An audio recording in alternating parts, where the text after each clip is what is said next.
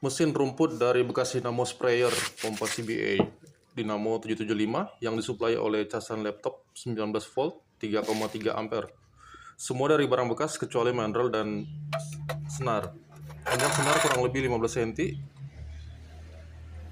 Bahan-bahan lainnya itu dari pipa antena parabola, bracket TV, mandrel 5 mili, saklar, piring plastik, dan casan laptop.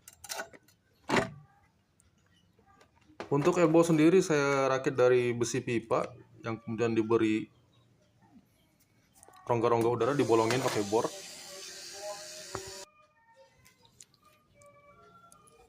Dan karena sedang rumputnya lagi basah, saya tutupin pakai lakban.